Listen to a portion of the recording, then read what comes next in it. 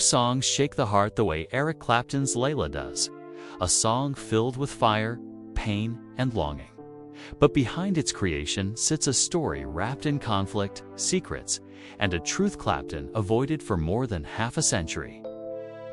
For years, fans wondered where the song's haunting piano ending really came from, why a young musician felt her work had been taken from her, and why no one had ever acknowledged her role. Now, after 55 years, Clapton is finally speaking, and his explanation reveals a side of Layla that few ever knew. To understand it, we have to go back to the beginning of his life, a life marked by confusion, silence, and longing long before he ever touched a guitar. Born in 1945 in Surrey, England, Clapton entered the world under a cloud of secrecy. He grew up believing his grandparents were his parents and that his mother was his sister. When the truth was revealed just before his teenage years, he was shattered.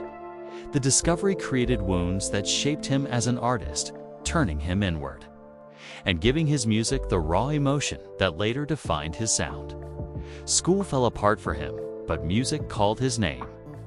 After seeing Jerry Lee Lewis on television, he begged for a guitar, fought his way through the pain of learning, and found his purpose in the American blues drifting across the Atlantic. That passion drove him through early bands like the Roosters and into the Yardbirds, where he earned the nickname Slow Hand. Yet success never sat comfortably with him. He rejected commercial pop, walked out on hits, and fought his way toward the pure blues he loved. That same restless drive eventually led him to Cream, the band that exploded his fame but also drained him completely. The noise, the fights, and the endless touring pushed him to the edge. Even as critics called him a legend, he felt lost inside the chaos, searching for something real again. When Cream collapsed, he went into blind faith, then into Derek and the Dominoes, carrying with him heartbreak, addictions, and a growing obsession with Pattie Boyd, the wife of George Harrison. His longing for her became the heart of Layla.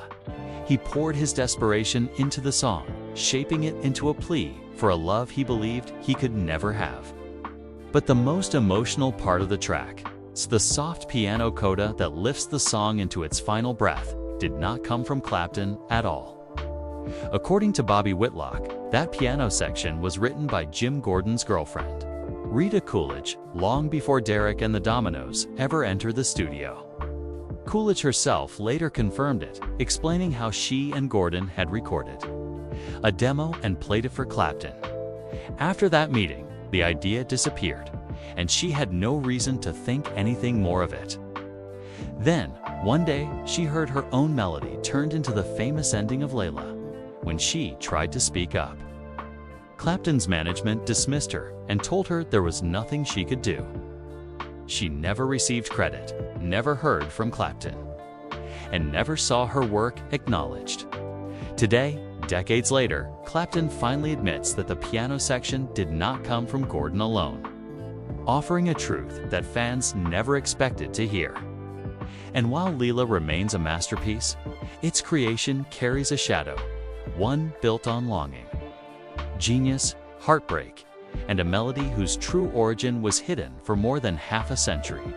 To hear more stories like this, make sure you subscribe to Hollywood Bulletin and press the bell icon so you never miss an update.